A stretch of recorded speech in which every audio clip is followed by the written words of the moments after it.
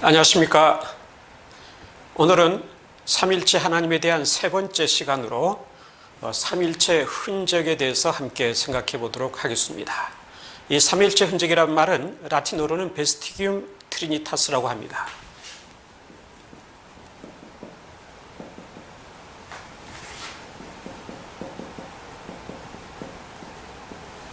삼일체의 흔적이란 말이죠. 이 베스티기움이라고 하는 것은 발자국이라는 뜻을 가지고 있습니다. 다시 말하면 하나님께서는 당신의 발자국을, 즉 삼일체 되신 하나님께서 당신의 발자국을 이 세상 가운데에 남기셨다, 이러한 의미로 받아들일 수 있을 것입니다. 그래서 많은 학자들은 이 세상에 존재하는, 즉 피조물 속에 내재하고 있는 것들을 통하여서 삼일체 하나님을 설명해 보려고 노력을 해왔습니다. 그 중에 대표적인 사람이 고대 교부, 즉 삼일체라는 말을 만들어낸 테르툴리아누스를 들 수가 있는데,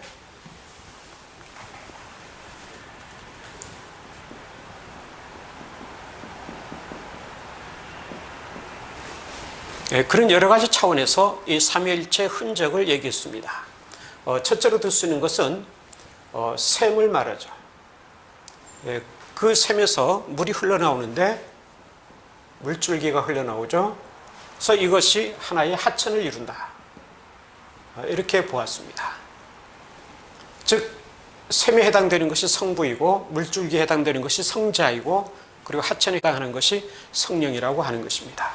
그 다음에 두 번째는 나무를 비유로 얘기를 하는데, 나무의 뿌리, 그리고 나무의 줄기, 그리고 거기에 맺힌 열매를 말하죠. 그래서 뿌리에 해당되는 것이 성부 하나님이고, 줄기에 해당되는 것이 성자 하나님, 그리고 열매에 해당하는 것이 성령 하나님이시다, 이렇게 얘기를 했습니다. 그리고 또 하나 든다면은 태양을 들 수가 있죠. 태양의 본체, 그리고 광선, 그리고 빛. 이 태양의 본체에 해당되는 것이 성부 하나님이시고, 광선에 해당되는 것이 성자 하나님이고, 빛에 해당하는 것이 성령 하나님이시다, 이렇게 설명을 했습니다. 이것은 즉 불과 분리의 관계에 있는, 뗄래야 뗄 수 없는 그러한 관계에 있는 하나라고 하는 거죠. 샘, 물줄기, 하천이 하나이고, 또 뿌리, 줄기, 열매가 하나의 나무이고, 태양, 광선, 빛, 이것이 하나의 태양을 이루고 있다고 하는 것입니다. 그래서 삼일체 하나님을 이렇게 설명을 하려고 하였습니다. 그의 안설무스라고 하는 교부는 이 테르툴리아누스가 얘기하는 첫 번째 내용을 조금 달리 표현을 합니다. 그에 의하면 샘이 있고 이것이 시냇물을 이룬다고 보죠. 그것이 흘러서 바다를 이룬다. 이와 같이 성부 하나님, 성자 하나님, 성령 하나님은 하나이시다 하는 것을 강조를 했던 것입니다. 그리고 아우구스티누스도 이러한 삼일체 흔적에 대해서 얘기를 합니다.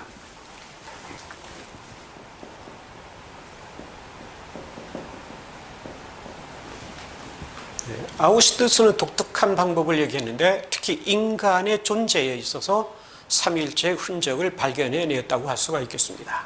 그래서 그는 사랑하는 자, 그리고 사랑받는 자,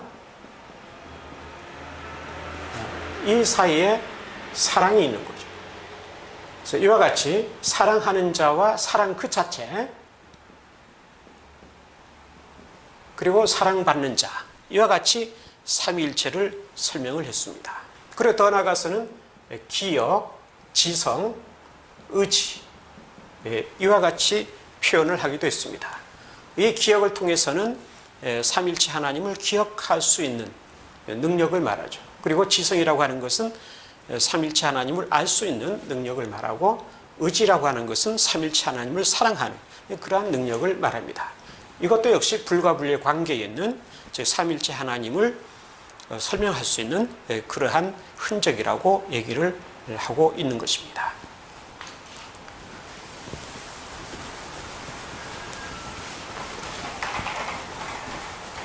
이 외에도 우리가 삼일체 흔적에 대해서는 여러 가지로 표현을 할 수가 있습니다. 비근한 예로 여러분들이 교회에서도 많이 들었을 것입니다만 삼각형을 들 수가 있죠. 세 변이 하나이다, 또는 세 각이 하나를 이루고 있다, 이렇게 해서 삼일체 하나님을 예시해 주는 것이다, 이렇게 설명을 하는 경우가 있습니다. 또는 고체, 액체, 이것이 기체로 바뀌게 되죠. 기체가 다시 고체로 돌아가게 되는데, 이와 같이 불과 분리의 관계에 있는 것을 가지고 삼일체 하나님을 설명하는 경우가 있습니다. 그 외에도 수많은 것들을 통해서 우리가 삼일체 하나님의 흔적이라고 얘기하고, 또 그것을 통해서 삼일체 하나님을 설명하려고 할 수 있을 것입니다. 그런데 칼 바르트는 이러한 삼일체 흔적을 통해서 삼일체 하나님을 인식하려고 한다든지 설명하려고 하는 것에 대해서 굉장히 반대를 합니다. 부정적으로 보게 되죠. 그는 1930년에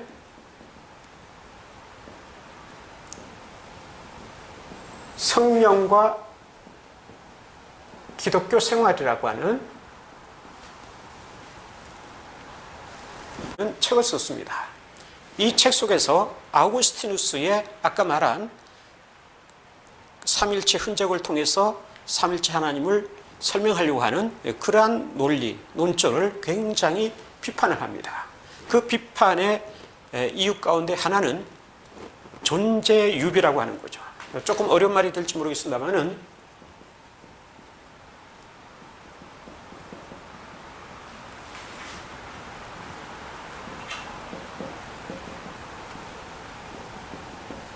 라틴어로서는 아날로기아 엔티스라고 합니다. 존재의 유비라고 하는데, 즉 여기서 말하는 존재는 이 세상 가운데 내재하고 있는 존재를 말하죠. 아우구스티누스에서는 인간 존재를 말하는데, 그 존재의 존재성을 통하여서 삼일체를 설명하려고 하는 것이라고 하는 겁니다. 그래서 이것을 비판하게 되는데, 먼저 여기에 대해서 설명하기 전에 유비라는 말을 설명을 드리겠습니다. 유비라고 하는 것은 한자로는 이렇게 쓰는데, 아날로기아죠. 아날로기아. 이것은 초월적인 하나님에 대해서 이 세상에 존재하는 것을 가지고 설명하려고 하는 것입니다. 즉 비유적으로 설명을 하는 거죠. 그래, 이 세상에 존재하는 것, 유한한 것이죠. 유한한 것을 통해서 무한한 것을 설명하려고 할 때에 우리가 아날로기아라고 합니다. 이 유비라고 할 때는 유한한 것이기 때문에 이것은 반드시 없어지고 말 것을 말하죠. 사라져버릴 것, 그러한 것을 말합니다. 그래서 이 유비라고 하는 개념을 우리가 쓸 때는 주의를 요할 필요가 있습니다. 그러면 여기서 이 무한한 것 자체, 그것을 우리는 본체라고 하죠. 본체. 그럼 여기서 이것은 유비체라고 하는 거죠. 유비체. 유비체를 통하여서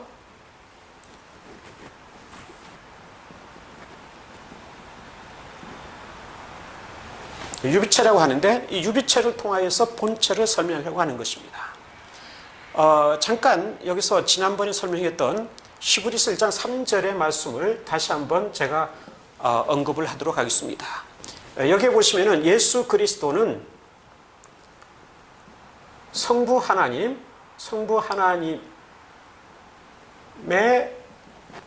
본체의 형상이다 그랬습니다. 형상이다. 그래서 이 본체란 말은 제가 적합하지 않다, 그런 설명을 드린 적이 있습니다. 왜 적합하지 않냐 하면은 성부 하나님만을 중심적으로 본다든지 아니면은 성부 하나님만을 유선적으로 보려고 하는 그러한 경향이 나타날 수 있기 때문에 여기서 본체란 말은 적합치 않다, 그렇게 얘기를 했습니다. 여기서도 마찬가지입니다. 이 유비와 관계에서 볼 때에 여기서 본체란 말은 유비체와 대조된 말이죠. 그렇기 때문에 이 본체란 말을 여기에서 그대로 쓰게 되면은 우순 현상이 되고 마는 거죠. 본체. 예수 그리스도는 본체 형상이다 그러게 되면은 이것은 어떻게 보면 유비체라고도 할 수가 있는 거죠. 예수 그리스도는 유비체다. 이러한 뜻이 되고 말기도 한다고 하는 것입니다. 굉장히 신학적으로 문제가 많은 거죠. 예수 그리스도는 피조물이 아니죠. 이 세상에 존재하는 창조물이 아니기 때문에 유비체가 될 수가 없는 겁니다. 예수 그리스도야말로 본체죠. 예수 그리스도. 예수 그리스도도 본체죠. 이런 식으로 얘기한다면은 예수 그리스도를 유비체로 이해될 수 있는 가능성이 있는 개념이 여기서는 본체라고도 할 수가 있겠습니다. 따라서 이 히브리서 1장 3절에 나오는 말씀을 우리가 본체의 형상이라고 번역하기보다는 지난번에 제가 언급했듯이 실체의 형상이다.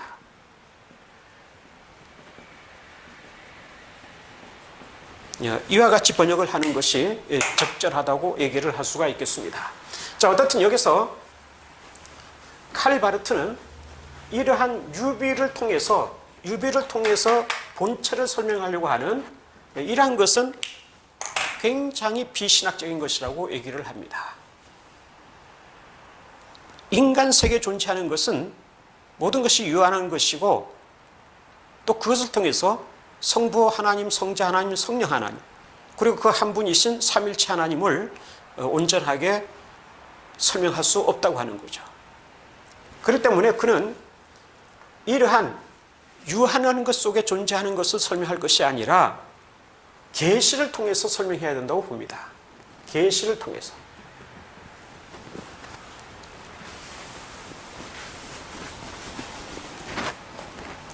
그것을 신앙의 유비라고 하는데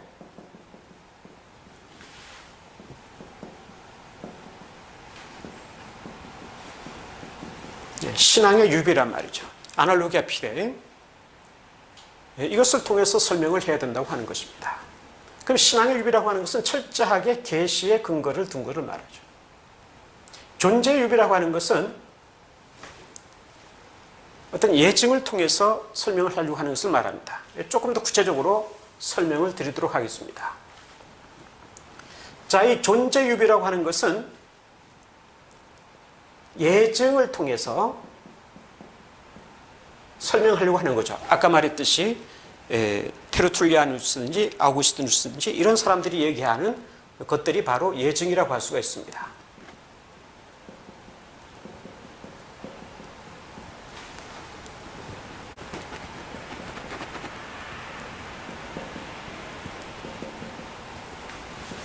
독일어로는 일루스트라치온이라고 할 수 있는데 이 예증을 통해서 설명을 합니다.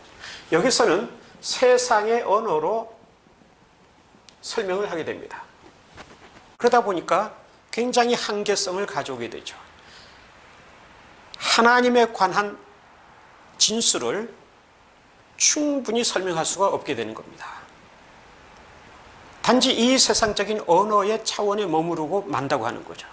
그래서 여기서 칼바르트가 얘기하는 것은 이 예증을 통해서 설명하는 것, 즉 존재의 유비라고 하는 것은 계시의 자기 동일성을 파괴한다 이런 말을 하죠.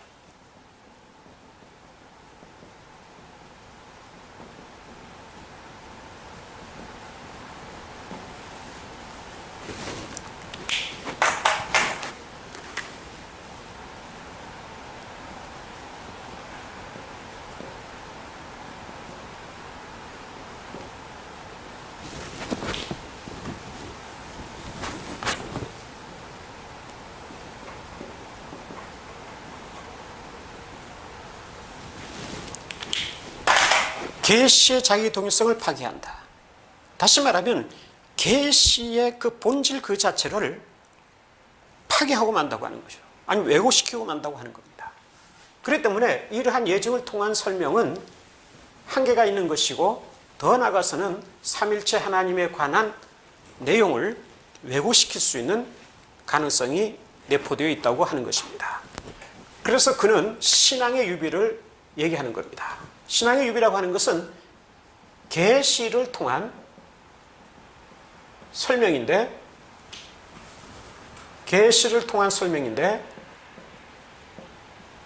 이것을 그는 해석이라고 봅니다.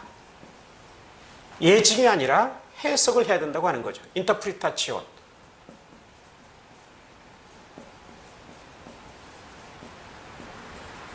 인터프레타치온을 해야지만이 된다고 하는 겁니다. 그럼 여기서는 성경에 나타난 성경의 진술을 토대로 하고 그것을 근거로 해서만 설명을 해야 된다고 하는 거죠. 그리고 더 나아가서는 그것을 신학적으로, 이 세상의 언어가 아니라 신학적으로 설명을 해야 된다고 하는 거죠. 그래서 그것을 통해서 하나님을 인식하는데 이르지 않으면 안 된다, 이런 말을 하고 있는 것입니다. 그래서 그는 아까 말했듯이 이러한 삼일체 흔적이라는 것을 가지고 삼일체 하나님을 설명하는 것에 대해서 굉장히 부정적으로 생각하고 있고 또 그것을 반대하고 있는 것을 볼 수가 있습니다. 단지 그는 계시를 통해서만이 설명이 가능하다, 또 그렇게 하지 않으면 안 된다, 이렇게 보고 있는 것입니다.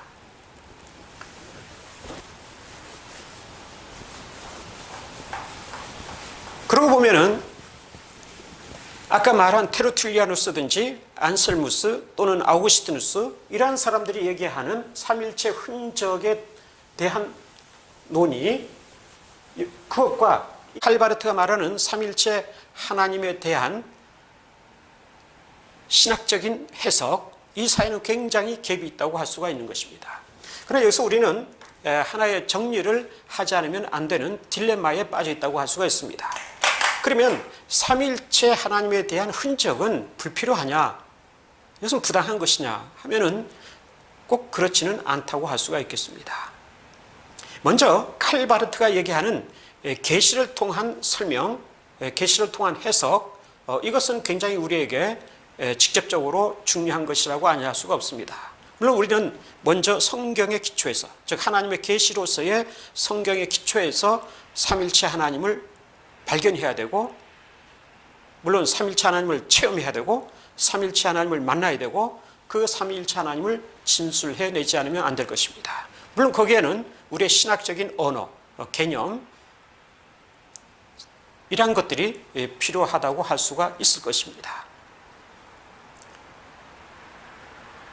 더 나아가서 존재 유비를 통한 설명, 즉 이 세상에 존재하고 있는 어떤 것을 통해서 삼일체의 흔적을 통해서 삼일체 하나님을 단지 직접적으로 설명하려고 하는 것은 위험성을 가지고 있다고 아니할 수가 없습니다. 그것은 하나의 자연신학으로 흐를 수 있는 것이고, 즉 비기독교인들도 그것을 통해서 이것이 바로 삼일체 하나님이다 하고 오인할 수 있는, 잘못 이해하고 잘못 신앙할 수 있는 그러한 여지가 있기 때문에 그렇습니다. 그렇기 때문에 우리는 이 삼일체 하나님의 흔적에 있어서의 한계성을 또한 지적하지 않을 수가 없습니다. 그것만을 통해서 삼일체 하나님을 우리가 인식할 수가 없는 거죠. 그런 점에서 이 삼일체의 흔적이라고 하는 것은 굉장히 한계성을 지니고 있는 것이고, 이것을 통하여서 삼일체 하나님을 전적으로 설명할 수가 없는 것입니다. 또 그것을 통해서 하나님을 인식할 수도 없는 것이죠. 이것을 우리가 먼저 인정하고 전제를 하지 않으면 안 될 것입니다. 그럼에도 불구하고 이 삼일체 흔적이라고 하는 것은 우리에게 필요하다고 할 수가 있겠습니다.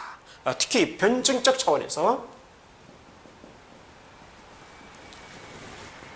다시 말하면 예수 그리스도를 믿지 않는 사람들에게 삼일체 하나님이 어떤 분이신가 하는 것을 설명하는 데 있어서 이것은 우리에게 유용한 도구가 될 것입니다. 그러나 물론 이러한 과정에 있어서도 그것 자체가, 즉 삼일체 흔적 자체가 삼일체 하나님이 아니라는 사실을 우리가 분명히 얘기를 할 필요가 있는 거죠. 삼일체 하나님은 전에도 말씀드렸듯이 신비이기 때문에 이것은 인간의 논리와 인간의 언어와 또는 인간의 예증을 통해서 다 설명할 수가 없는 것입니다. 이러한 것을 우리가 인정을 해야 되는 것이고, 이런 것을 전제하면서 또 이와 같이 변증적으로 넌 크리스찬들에게 설명을 할 필요가 있을 것입니다. 그런 점에서 우리가 이 삼일체 하나님의 흔적이라고 하는 것은 필요한 것이지, 예수 그리스도를 믿는 사람에게 있어서도 언제든지 이러한 예증만을 가지고 삼일체 하나님을 전적으로 설명하려고 한다면 이것은 굉장히 부당한 것이고 오히려 하나님의 영예를 손상시키는 것이라고 아니할 수가 없을 것입니다. 자, 이와 관련해서 한국의 신학자 윤성범에 대해서 좀 다루어 보려고 합니다.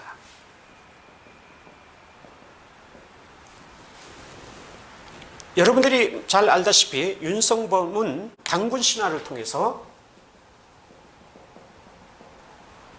삼일체 하나님의 흔적을 얘기하려고 하였습니다. 그는 흔적이란 말을, 베스티뷴이란 말을 잔해라는 말로 사용하고 있는데, 이것은 굉장히 적절치 못한 단어라고 할 수가 있겠습니다. 잔해라고 하는 것은 우리가 잘 알다시피 예를 들어서 비행기가 추락했다 했을 때 비행기 본체는 사라지고 그 파편들만이 남아있는 것을 말하죠. 아니면 집이 불이 났다. 거기에 남아있는 어떤 파편들, 이런 것들을 가리켜서 우리는 잔해라고 하죠. 이렇게 잔해라는 말을 쓰게 된다면 그럼 하나님의 본체가 없어졌다는 것이냐, 아니면 하나님의 본체가 손상되어서 갈기갈기 찢어졌느냐, 뭐 이렇게 얘기가 될 수 있는 거죠. 그래서 이 개념은 굉장히 적절치 못한 개념이라고 할 수가 있습니다. 윤성범은 흔적이란 말을 쓰지 않고 잔해란 말을 쓰고 있다고 하는 것을 먼저 말씀을 드리겠습니다. 그리고 그는 나아가서, 자, 단군 신화에 보면은 환인이 있죠.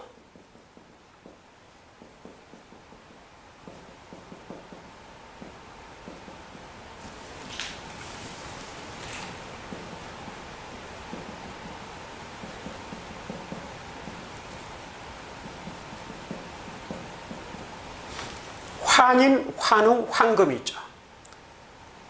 환인의 아들이 환웅이고, 환웅이 웅녀와 결혼을 해서 환검을 낳죠. 즉 단검을 낳죠.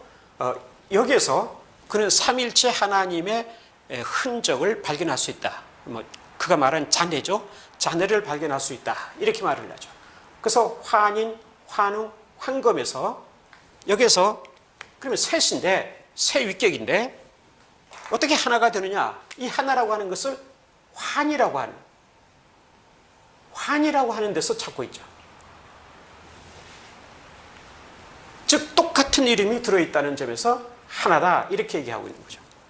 굉장히 비신학적인 설명이 아닐 수가 없습니다. 여기에 대해서 세 가지만 언급을 하겠는데, 첫째는 먼저 여기에 대해서 제가 한 가지 여러분들의 부탁을 드리겠습니다. 여기서 제가 강의하는 내용은 절대로 무단으로 사용하지 마시기를 바랍니다. 어디에 인용을 한다든지 글을 쓴다고 할 때에 출처를 밝혀주시기를 바랍니다. 무단으로 인용하거나 무단으로 베낀다고 하는 것은 문제가 있을 수 있기 때문에 주의를 당부드리겠습니다. 윤성범이 이러한 단군 신화를 통하여서 삼일체의 흔적을 설명했는데, 거기에 대해서 많은 학자들이 비판을 하였습니다. 그 비판의 내용을 보았더니 어떤 면에서는 딱 부러지는 것이 없다고 할 수가 있겠습니다. 저는 여기서 저의 독자적인 비판을 행하려고 합니다. 세 가지를 말씀드리겠는데, 첫째는, 물론 독자적이라고 하는 것은 크게 두 가지를 들 수가 있는데, 첫째는 그런 인격을 가지고 삼일체의 흔적을 얘기하고 있습니다.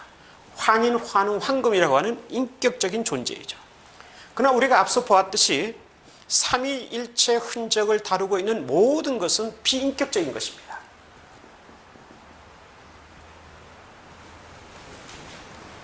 즉 샘이든지 나무든지 또는 태양이든지 삼각형이든지 또는 고체든지 이 모든 것을 여러분 보시기 바랍니다. 비인격적인 것을 가리키고 있죠.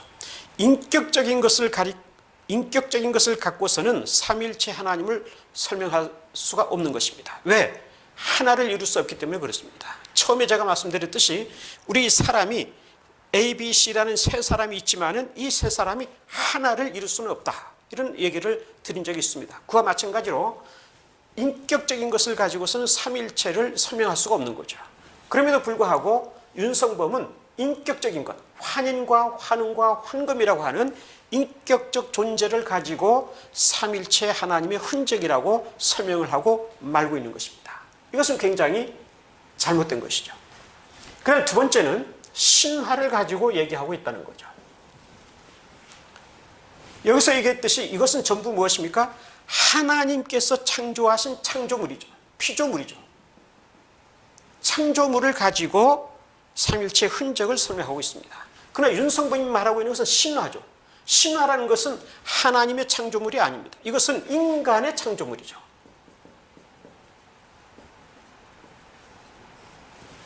여기서 굉장히 잘못된 설명, 굉장히 잘못된 논리를 가지고 있음을 파악할 수가 있습니다. 그 다음에 세 번째는 환이죠. 이 환이라고 하는 이름을 가지고, 이름이 하나이니까 한 분이다, 이런 설명을 하고 있는데 굉장히 적절치 못한 거죠. 아버지는 김아무개, 아들은 뭐 김아무개, 손자도 김아무개. 그렇다고 해서 이 아버지, 아들, 손자가 삼일체 하나님처럼 하나가 됩니까? 되지가 않는 거죠. 동일한 이름이 들어있다고 해서 하나라고 하는 설명은 있을 수가 없는 거죠. 그럼에도 불구하고 윤성범은 이 환이라고 하는 이름이 공통적으로 하나로서 모두에게 속했다. 환이라는 이름이 세 존재에게 공통적으로 존재했다. 그래서 거기서 하나를 이룬다, 이렇게 설명을 하고 있는 것입니다. 그러나 우리가 이 당고신화를 통해서 보면은 환인과 환음과 환검이 한 존재다 하는 것은 없죠. 그럼에도 불구하고 윤성범은 무리하게 억지로 이 환이라는 이름을 통하여서 이 세 존재의 하나임을 강조함으로써 삼일체의 흔적을 찾아보려고 했던 것입니다. 이것은 삼일체 하나님에 대한 기본적인 지식이 잘못된 것이라고 아니할 수가 없을 것입니다. 오늘 여기까지 하겠습니다.